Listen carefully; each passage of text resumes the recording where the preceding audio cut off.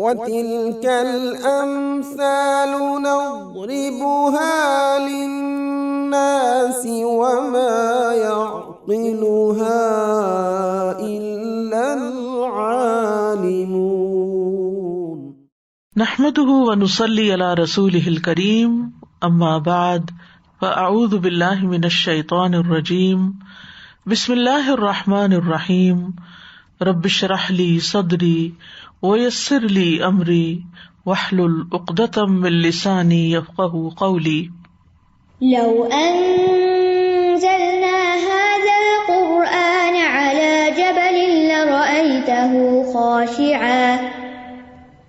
لرأيته خاشعا متصدعا من خشية الله وتلك الأمثال نضربها للناس لعلهم يتفكرون۔ امثال القرآن کے سلسلے میں آج ہم اللہ کے راستے میں خرچ کرنے والوں کی مثال کا ذکر کریں گے۔ اس مثال سے کئی آیات پہلے اللہ سبحانہ وتعالی نے فرمایا من ذا الذی یقرض اللہ قرضا حسنا فیضاعفہ لہ اضعافا کثیرہ، کون ہے جو اللہ کو اچھا قرض دے پس وہ اسے اس کے لیے کئی گنا بڑھا دے۔ تو وہاں پر کئی گنا کی بات کی گئی، لیکن آج ہم جو مثال پڑھ رہے ہیں اس میں 700 گنا اور اس سے بھی زیادہ بڑھانے کی بات ہے۔ تو یہ ہے آج کی مثال سورۃ البقرہ کی آیت نمبر 261 سے۔ مثل الذین ينفقون اموالهم في سبيل الله كمثل حبة أنبتت سبع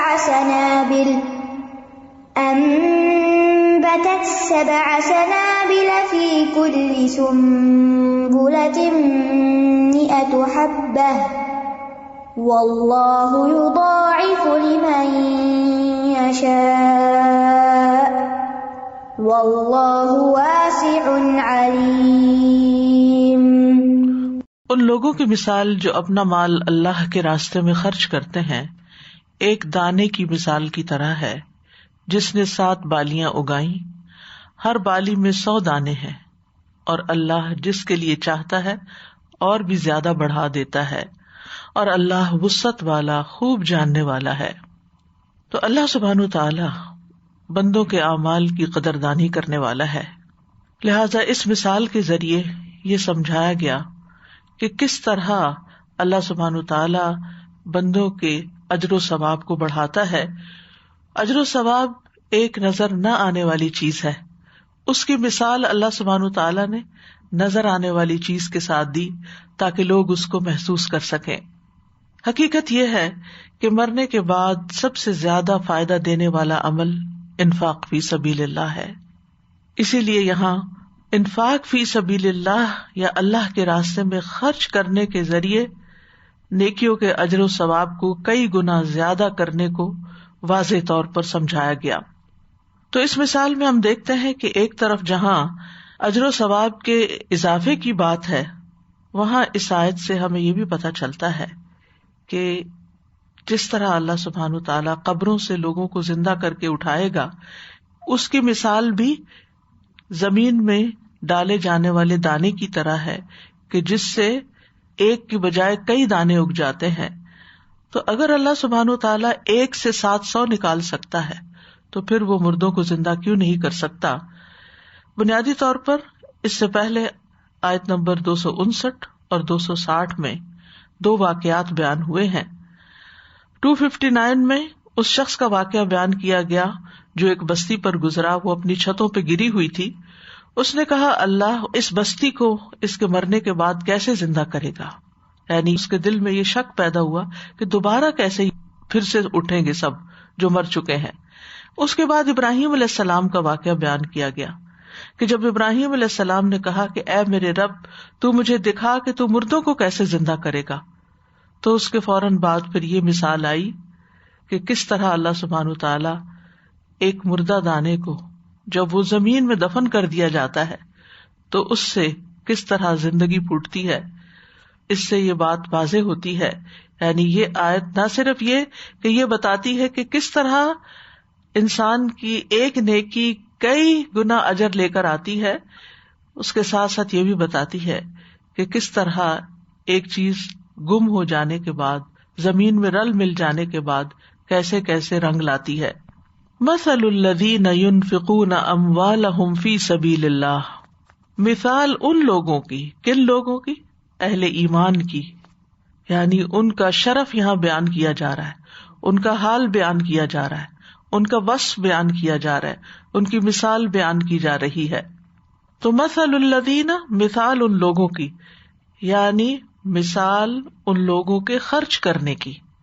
یہاں پر نفقہ کا لفظ جو ہے وہ محذوف ہے. یہ قرآن کی بلاغت میں سے ہے.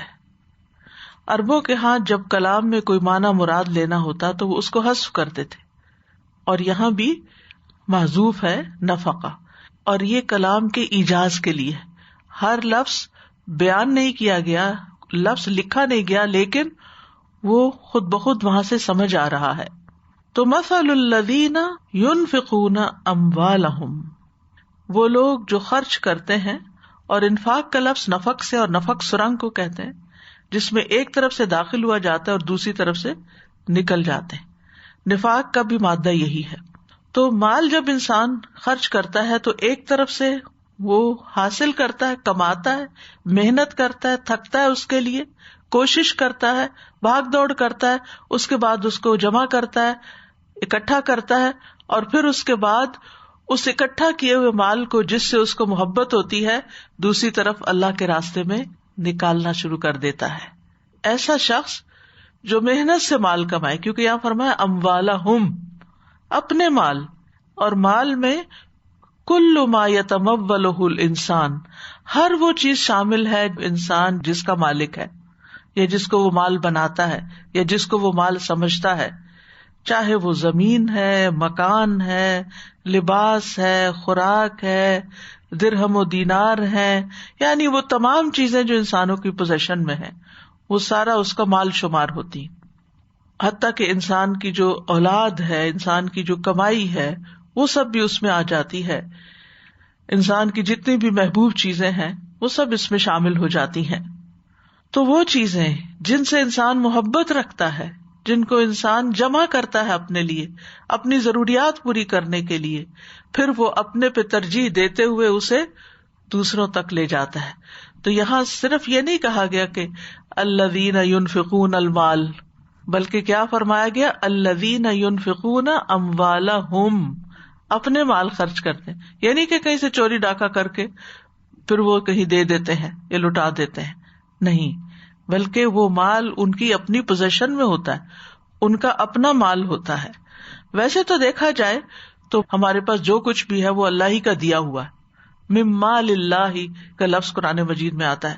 لیکن اللہ تعالیٰ جب بندے کو اس کا مالک بنا دیتا ہے، وقتی طور پر، عارضی طور پر، بطور امانت اس کو دیتا ہے، تو پھر ایمان والوں کی صفت یہ ہوتی ہے کہ وہ اس مال کو صرف اپنے لیے ہی ذخیرہ کر کر کے نہیں رکھتے، جمع نہیں کرتے، بلکہ آگے بھی دیتے ہیں.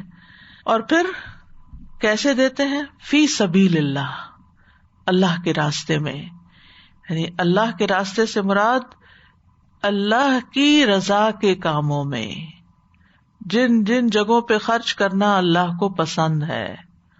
اور اس کو کئی طرح بیان کیا گیا ہے. اس میں سب سے پہلا جہاد فی سبیل اللہ لیا گیا ہے. مکحول کہتے ہیں کہ جہاد میں خرچ کرنے سے مراد ان گھوڑوں پہ خرچ کرنا جو اللہ کے راستے میں بندھے ہوئے ہوں، ہتھیاروں کی تیاری وغیرہ میں خرچ کرنا ہے. یہ ایک معنی ہے.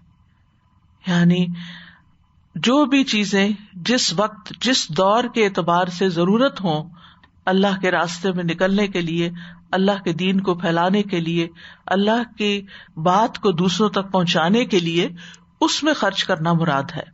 دوسرا معنی یہ لیا گیا ہے کہ نیکی کے تمام کاموں میں خرچ کرنا، چاہے وہ جہاد فی سبیل اللہ ہو یا کچھ اور ہو. یعنی اس سے مراد اللہ کی اطاعت کے کاموں میں، خیر کے کاموں میں. اکرمہ سے مروی ہے، وہ ابن عباس سے روایت کرتے ہیں کہ جہاد اور حج میں جو خرچ کیا جاتا ہے، کیونکہ جہاد کے علاوہ حج بھی فی سبیل اللہ سفر ہے، ان دونوں میں ایک درہم کو 700 گنا تک بڑھا دیا جاتا ہے. یعنی اگر آپ $1 اپنے حج یا عمرے کے لیے خرچ کرتے ہیں تو وہ 700 کے برابر اجر پاتا ہے. اور اسی لیے اللہ تعالیٰ کا یہ فرمان ہے کمثل حبۃ انبتت 7 سنابل فی کل سنبلۃ 100 حبۃ. اور یاد رکھیے کہ انفاق افراد پر بھی ہوتا ہے اور انفاق اجتماعی کاموں کے لیے بھی ہوتا ہے. یعنی بعض اوقات آپ کسی ایک شخص کو دیتے ہیں کچھ، اور بعض اوقات بہت سے لوگوں کے اجتماعی فائدے کے لیے کسی پروجیکٹ پہ خرچ کرتے ہیں. یعنی کبھی کسی شخص کے ہاتھ میں دیتے ہیں اور کبھی کسی اجتماعی فائدے کے لیے دیتے ہیں، جیسے کسی ہسپتال کی تعمیر میں، جیسے کسی مدرسے کی تعمیر میں، کسی جگہ پر سڑک بنانے میں. اسی طرح آج کے دور کی ٹیکنالوجی کے اعتبار سے کوئی ایپ بنانے میں جس کے ذریعے فی سبیل اللہ کوئی کام ہو رہا ہو، یا ایسے بیت المال میں جمع کرانے میں کہ جہاں سے فی سبیل اللہ کام کرنے والوں کو تنخواہیں دی جاتی ہوں یا ان پر خرچ کیا جاتا ہو جو اللہ کے راستے میں اپنے آپ کو لگائے ہوئے ہوتے ہیں. تو یہ تمام چیزیں فی سبیل اللہ میں شامل ہو جاتی ہیں. فی سبیل اللہ کا جو دائرہ کار ہے وہ بہت وسیع ہے. تو اس کی مثال کمثل حبۃ، مانند مثال ایک دانے کے ہے. قرطبی کہتے ہیں کہ حبہ ہر اس چیز کے لیے اسم جنس کی حیثیت رکھتا ہے جس کو ابن آدم کاشت کرتا ہے اور اس کو اپنی خوراک بناتا ہے. یعنی اپنی غذا کے لیے انسان جو بھی زمین میں بیج بوتا ہے، لگاتا ہے، وہ سب حبہ ہوتا ہے. لیکن حبہ زیادہ تر مشہور گندم کے دانے کے لیے ہے، یعنی گندم کا دانہ، جیسے گندم کے دانے کی مثال. اور حبہ بول کر گندم ہی مراد لی جاتی ہے عموماً. تو اس کی مثال ایک دانے کی طرح ہے. انبتت 7 سنابل، جس نے اگائی، انبتت یعنی اخرجت، نکالی، 7 سنابل سنبلت ان کی جمع ہے. اور یاد رکھیے کہ سنابل جو ہے یہ جمع کثرہ ہے، ٹھیک ہے. سنبلات نہیں کہا، وہ جمع قلت ہے، ٹھیک ہے. سورۃ یوسف میں آتا ہے 7 سنبلات، وہاں جمع قلت ہے. عربوں کے ہاں جب کسی چیز کی کثرت اور زیادتی کو بیان کرنا مقصود ہوتا تھا تو جمع کثر لائی جاتی تھی، یعنی جیسے سنابل. سنبلات یعنی وہ تو اسی طرح نا، جیسے طالبہ، طالبات، تو یہ جمع قلت کہلاتی ہے نا. لیکن جو کثر ہے، یعنی کہ جو اس وزن پر نہیں آتی، اس میں وسعت کا معنی پایا جاتا ہے. فی کل سنبلۃ 100 حبہ، ہر بالی میں 100 دانے. یعنی اگر یوں کہا جائے کہ ہم نے کوئی ایسی بالی نہیں دیکھی جس میں 100 دانے ہوں، تو اللہ تعالیٰ نے یہ مثال کیسے بیان کر دی. یعنی اگر کوئی یہ کہتا کہ ہم نے ایک بالی دیکھی تھی جس میں 100 دانے نہیں تھے، یعنی لوگ بعض اوقات پھر لٹرلی گننے بیٹھ جاتے ہیں نا کہ اس میں 100 ہیں کہ نہیں. تو ہو سکتا ہے کہ کسی بالی کے اندر 100 نہ بھی نکلے. بات یہ ہے کہ یہ ممکن نہیں کہ اللہ سبحانہ تعالیٰ کسی ایسی چیز کے بارے میں بات کریں جو ایگزسٹ ہی نہ کرتی ہو. بعض اوقات عموم پہ بات کی جاتی ہے، ایکسیپشنل کیسز کو سامنے نہیں رکھا جاتا. مثلا اگر یہ کہا جائے پاکستانی قوم یہ کرتی ہے تو اس کا یہ مطلب نہیں کہ وہ کسی انڈیویجول کی بات ہو رہی، وہ من حیث القوم بات ہو رہی ہے. مطلب یہ ہے کہ اللہ سبحانہ تعالیٰ 100 دانے ہی پیدا کرتا ہے، لیکن جس کو چاہتا ہے تھوڑا گھٹا بڑھا بھی دیتا ہے. بعضوں کو 100 سے زیادہ بھی ہو سکتے ہیں، کیونکہ آگے فرمایا واللہ یضاعف لمن یشاء، یعنی جس کے لیے چاہتا ہے زیادہ کر دیتا ہے. یعنی اللہ سبحانہ تعالیٰ کے لیے 100 پیدا کرنا، 1 سے 100 کرنا تو عین ممکن ہے، لیکن وہ اس سے بھی زیادہ بڑھا دیتا ہے. کیونکہ ایک دانہ 7 بالیاں بنی اور ہر بالی میں 100 دانے ہیں، اور ایک دانے سے 700 ہو گئے. تو یہاں مراد صرف 100 سے زیادہ نہیں، یعنی پر بالی 100 سے زیادہ ہو سکتے ہیں، اور پھر ایک دانے سے 700 سے بھی زیادہ ہو سکتے ہیں. اور ایسا کیوں ہوتا ہے کہ کبھی کم اور کبھی زیادہ؟ کبھی یہ اجر جو ہے وہ 70 تک ہوتا ہے، یعنی جب اجر کی بات کی جاتی ہے نا، اجر کی مثال دی جا رہی ہے کہ کس طرح اجر بڑھتا ہے. کبھی 700 ہوتا ہے، کبھی 7,000 بھی ہو سکتا ہے، کبھی 7 لاکھ بھی ہو سکتا ہے، 7 کروڑ بھی ہو سکتا ہے. یہ خرچ کرنے والے کی حالت، خرچ کی کیفیت، ان چیزوں کے مطابق اجر میں اضافہ ہوتا ہے. یعنی اس کی حالت کیا تھی، اس کی نیت کیا تھی، اس کا خلوص کیسا تھا، اس کی اس وقت کیفیت کیا تھی.